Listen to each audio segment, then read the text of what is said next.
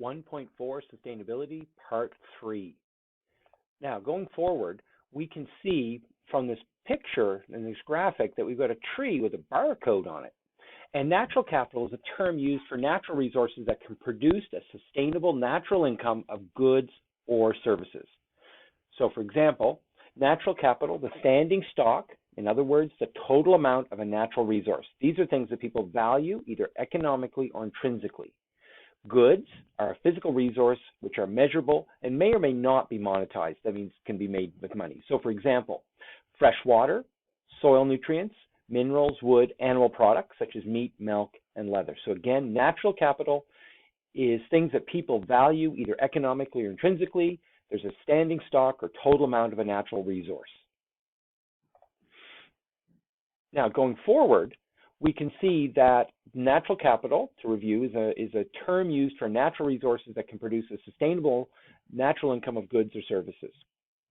This capital is the standing stock. The services that are provided, as opposed to goods on the earlier slide, generally not monetized and significantly harder to measure directly. So if you're running a business, you have to pay for electricity, people's wages. You don't see yourself having to pay for oxygen. So examples of services are oxygen production from photosynthesis, carbon sequestering through respiration, that's removing carbon from the atmosphere or from the water.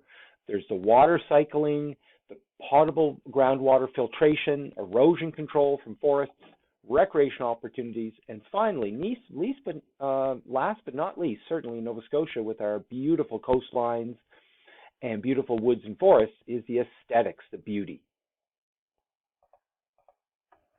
Now, going forward here, we can see that this natural income is like an interest earned on a savings account. It is the natural capital, or amount of, one could say money, gained from the standing stock of resources. That could be the agricultural harvest, new tree growth, birth of livestock, or, say, fish growing within wild populations.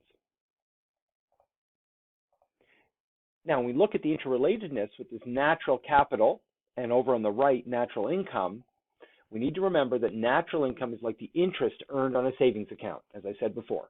It's the natural capital gained from standing stock of resources.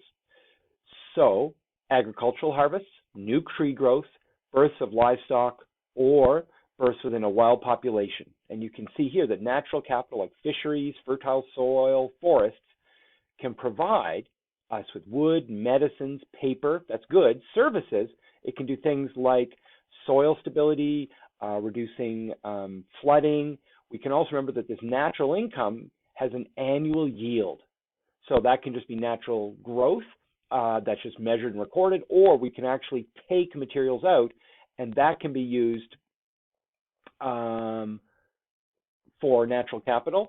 We can also remember that if we are taking out too much or extracting more than the annual yield, that's unsustainable, and overall there's going to be a decrease in our natural capital. So sustainable, we match or are under the annual yield.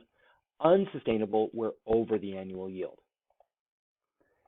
Now, to review, natural income is the yield or the amount taken out from those natural resources. Remember, those natural incomes or yields could be agricultural harvests, fish harvesting, new tree growth. That either means more trees or our existing trees grow bigger. And finally, the birth of livestock or within wild populations. And remember, natural incomes like the interest earned on a savings account. While you're living in a very low interest situation now, in the past, saving accounts might earn 1, 2, 10%. So I think now this image makes a little more sense. And remember, sustainable at the top means we're not exceeding the annual yield. Unsustainable means we're extracting more than the annual yield and damaging the resource. Now, ecosystems may provide life-supporting services such as water replenishment, flood and erosion protection, and goods such as timber, fisheries, and agricultural crops. And what we can take a look at, the next picture that's coming, you're going to read the list of ecological goods and services in the Metro Vancouver Air image. Which of the items in gray are ecological goods? Which are ecological services? Here comes the image. So there's the image. We can see There's supporting, we've got soil formation, food, clean water, photosynthesis, biodiversity. Provisioning can be things like fish and wood.